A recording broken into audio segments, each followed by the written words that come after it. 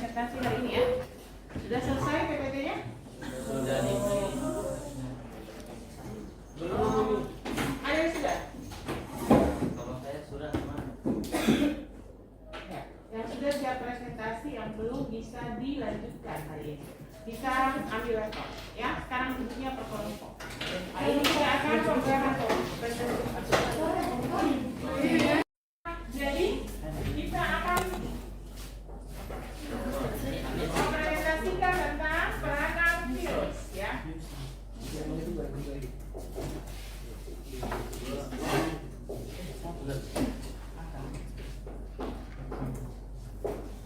Peranan virus yang saya bagikan materinya adalah peranan virus yang menguntungkan atau merugikan. Merugikan ya. Menyebabkan penyakit. Oke. Siapa yang sudah siap? Kelompok berapa? Kelompok 1? Tinggal 6 jadi tiket lagi. Ya. Kita mulai sekarang yang berapa?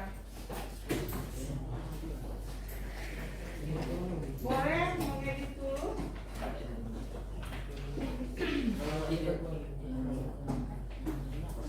Ya. Kita mulai di jam 11 semuanya. Halo? Jam 11 semua habis ready ya. Jadi 1 jam kita bagi 4 kelompok, 1 kelompok 15 menit ya. Ya, masih ada waktu sampai jam 11 untuk mengedit.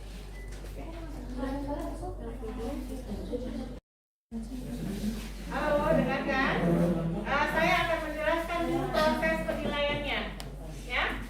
Jadi penilaian ada penilaian kelompok dan ada penilaian per individu. Dengarkan. Penilaian kelompok yaitu penilaian bagaimana performance PPT, ya itu kelompok.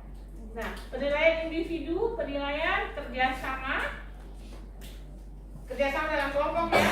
Terus keaktifan ya, dan bagaimana kalian mengemukakan pendapat. Maksudnya mengemukakan pendapat itu bagaimana menjawab dan bertanya. Jadi kalau menjawab dan bertanya punya nilai plus ya. Jadi ada 4 nilai ya, 3 nilai individu, 1 nilai kelompok ya. Ya, silakan kelompok 1. Yang lain siapa pertanyaan ya. Kalau kelompok 1-nya sudah selesai presentasi. Yang bertanya dan yang menjawab silakan saya.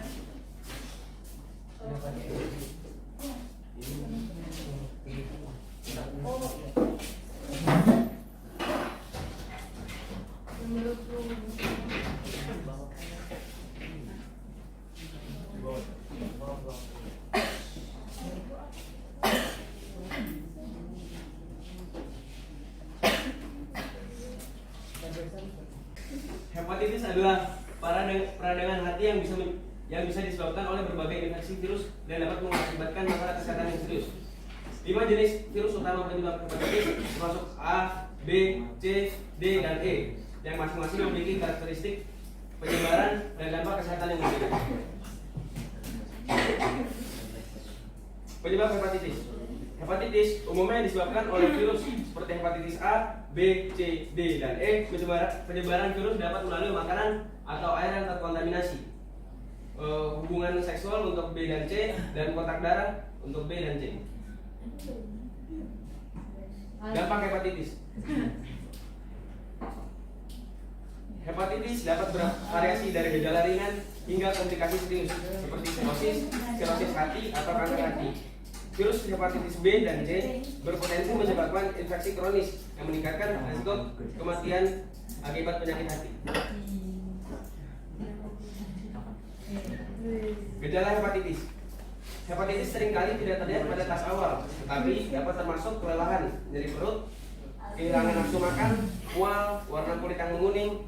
Penting untuk melakukan memeriksakan medis untuk diagnosis yang tepat. Cara mengantisipasinya. Cara mengantisipasinya adalah meliputi vaksinasi, terutama hepatitis A dan B, menjaga kebersihan makanan dan minuman, serta menghindari jarum suntik yang tidak steril. Kesadaran dan edukasi mengenai penyakit ini sangat penting untuk pencegahan.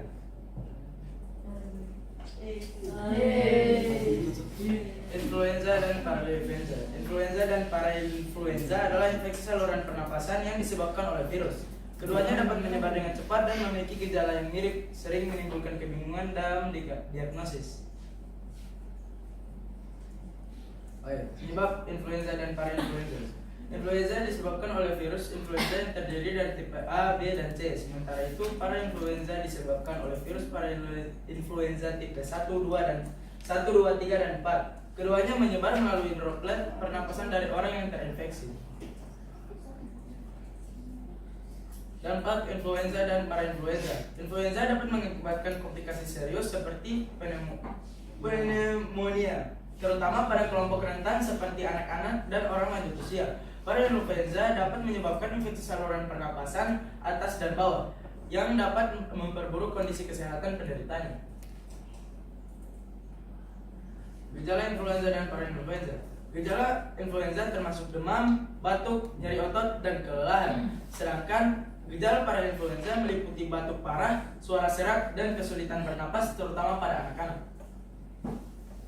Cara mengantisipasinya. Vaksinasi adalah cara paling efektif untuk mencegah influenza. Untuk parainfluenza, menjaga kebersihan dan menghindari kontak dekat dengan penderita sangat penting. Penerapan protokol kesehatan dapat meminimalkan risiko infeksi. AIDS. Campak dan AIDS akan dibacakan oleh Atar dan Rizky. Campak dan es. Campak dan AIDS bukan sekedar penyakit. Mereka adalah tantangan kesehatan yang perlu perhatian kita. Mampu mengenali faktor penyebab dan gejala dapat menjadi langkah awal dalam mencegah penularan. Apakah Anda tahu bahwa kedua penyakit ini dapat berdampak parah pada kelompok rentan? Peningkatan kesadaran dan tindakan pencegahan yang tepat dapat mengubah angka infeksi. Mari kita gali lebih dalam dan cari solusi bersama. Penyebab campak. Campak disebabkan oleh virus morbillivirus yang sangat menular, menyebar melalui udara. Kontak langsung dengan jaringan pernapasan penderita juga dapat menularkan virus ini. Penyebab AIDS. AIDS disebabkan oleh virus HIV yang menyerang sistem kekebalan tubuh manusia. Penularan HIV dapat terjadi melalui hubungan seksual tidak aman, transfusi darah, atau dari ibu ke anak. Dampak campak. Campak dapat menyebabkan komplikasi serius seperti pneumonia, radang otak, dan gangguan penglihatan. Tumor. Tumor adalah benjolan yang muncul akibat sel-sel tubuh tumbuh secara berlebihan. Kondisi ini terjadi ketika selama selnya mati, tetapi masih terus bertahan hidup. Sementara pembentukan sel-sel terus terjadi.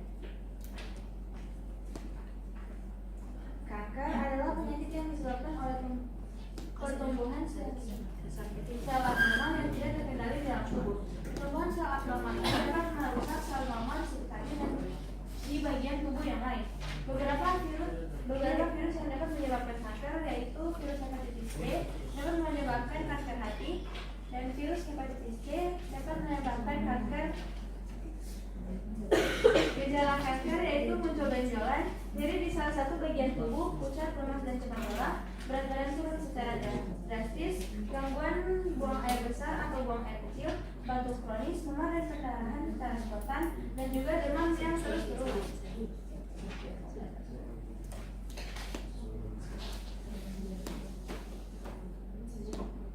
Demam berdarah. Demam berdarah adalah penyakit yang disebabkan oleh virus dengue yang ditularkan melalui gigitan nyamuk Aedes aegypti dan Aedes albopictus.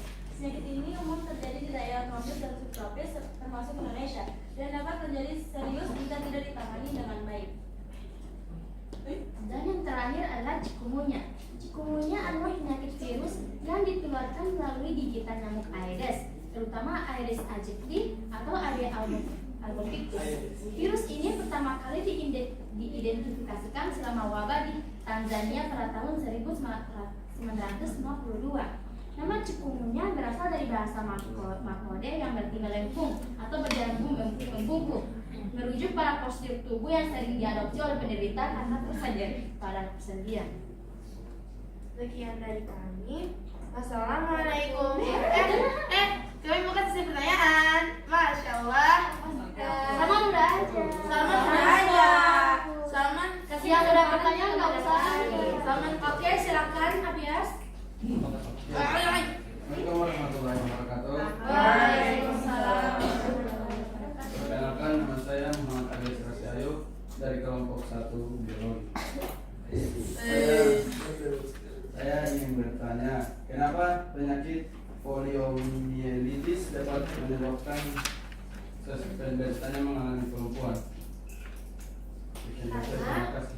Karena virus yang terdapat pada penyakit poliomyelitis itu menyerang saraf yang menyebabkan kelumpuhan. Sudah. Lanjutnya. Nah, ada yang belum bertanya tadi. Yang Yang belum bertanya kamu. Aku. Taman sudah. Rasul. Jangan. Aduh, terus aja. Siapa?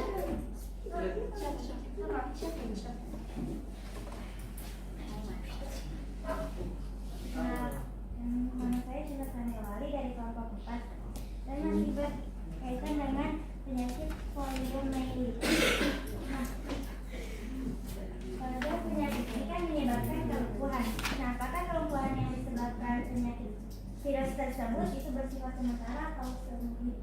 Kalau yang saya baca poliomyelitis itu penyakitnya ya kelumpuhan itu iya Seumur hidup Iya. Siapa?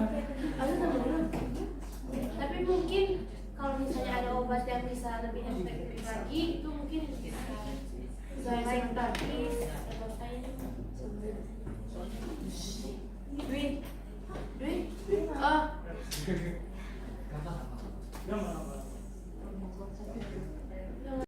Minggu depan ya. Ya, ada beberapa yang saya akan sedikit jelaskan ya. Jadi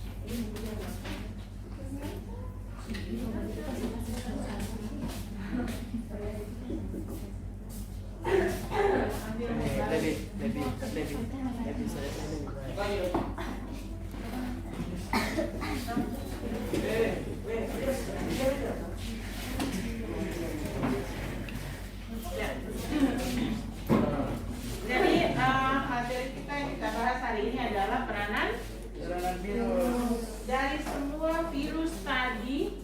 Apakah ada peranan virus yang menguntungkan? Tidak ada, ya.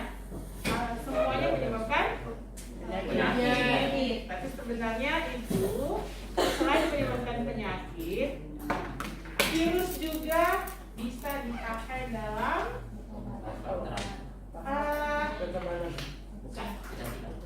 bioteknologi, yaitu dalam rekayasa genetika. Ya, jadi sekarang rekayasa genetika itu banyak industri yang menggunakan virus dan juga untuk pembuatan vaksinasi. Bukan vaksin, bukan vaksinasi. Vaksinasi itu proses, ya. Kalau ini pembuatan vaksinnya. Jadi ada sebenarnya peranan virus yang menguntungkan, terutama di zaman bioteknologi seperti ini, dipakai dalam rekayasa genetik. Tapi lebih banyak yang merugikan, bisa menyebabkan penyakit. Nah, tadi masalah hepatitis. Hepatitis itu ada berapa tipe? A, Ada A sampai E. B, C, D, E. tingkatannya. Oh, ada. Jadi tingkatan yang paling berbahaya adalah hepatitis A. Itu tidak ada. Ya, kalau hepatitis A itu gejalanya hampir mirip dengan tifus, ya. Nah, tapi hepatitis sampai tingkatan E ini masih jarang ya. Ini jarang ditemukan. D dan E ini jarang ditemukan. Yang sering ditemukan itu A, B, dan C. C ini pun masih jarang. Nah, kalau sampai C saja itu bisa menyebabkan kanker, ya, kanker hati atau sirosis. Jadi ada beberapa tingkatan. Tingkatan yang paling berbahaya adalah E, tapi itu jarang ditemukan saat ini. Yang sering sekali adalah A dan B. Nah, hepatitis bisa dicegah dengan vaksinasi. Ya, jadi kalau ada di sekitar atau ada anggota keluarga yang riwayatnya pernah menderita hepatitis, bisa dicegah dengan vaksinasi supaya tidak kena hepatitis. Ya. Nah, sekarang tadi banyak yang bertanya tentang obat. Ya, virus paling ampuh ditaklukkan dengan sistem imun. Ya, kecuali virus HIV. Kenapa? Karena virus HIV justru ya dia menyerang sistem imun kita. Makanya sampai sekarang obatnya susah untuk ditemukan, ya, karena yang diserang sistem imun. Jadi pelan-pelan imun orang itu turun. Orang yang menderita AIDS tidak meninggal karena AIDS-nya, tapi dia meninggal karena digerogoti oleh beberapa penyakit, terutama penyakit infeksi, penyakit yang disebabkan oleh kuman.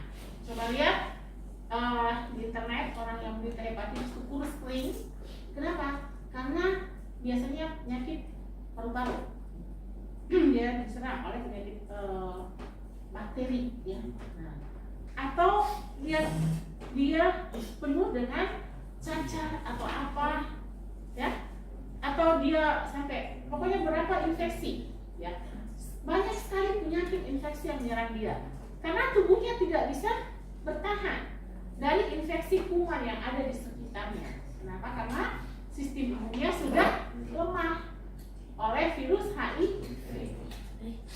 Nah, jadi virus itu tidak bisa dilawan dengan antibiotik. Virus hanya bisa dengan kekebalan tubuh. Walaupun sebenarnya ada obat untuk seseorang yang kena virus. Tadi apa, player semua kan? Itu kan? Nah, itu obat biasanya orang yang kena virus gitu. Apa sih namanya, siapa kelompok berapa yang obatnya ada player di belakang tuh? Obat acyclovir ya? Ya, acyclovir, ya kan? Nah, itu.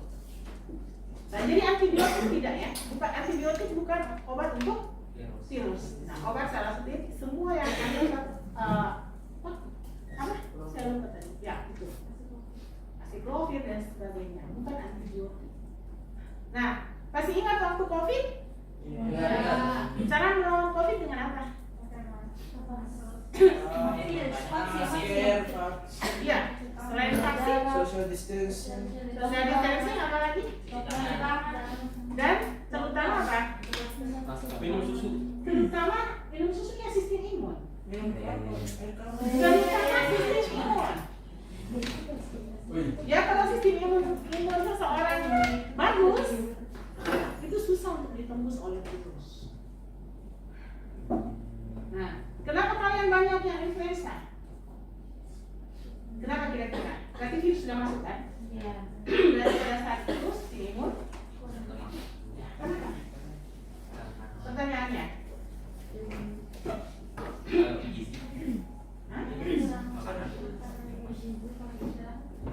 Ya, kurang istirahat. Salah satu. Jadi waktu diatur sebaik-baiknya Kalau tidak perlu, jangan buang waktu, gunakan untuk istirahat dan belajar. Jadi waktunya harus betul diatur, ya. Karena kalau terlalu capek kurang istirahat, maka imun kita akan turun. Dan virus yang paling sering pada saat itu menyerang apa? Flu, influenza. Salah satu pencegahannya dengan apa? Makannya bergizi, makan yang banyak, minum susu, makan buah. Jadi kalau siang, makan siang, jangan lagi pura-pura kenyang. Siapa yang suka bolos makan siang? Nah, ya. Jadi harus makan siang. Kalau perempuan biasanya tidak makan malam, ya. Harus makan malam. Ya, jaga sistem imun karena kalian punya aktivitas sangat padat. Ya. Yang hari ini cukup. Nanti minggu depan kita lanjut dengan kelompok 4. Ya. Oke, sekarang siap-siap untuk istirahat. Laptopnya di laptop. Ini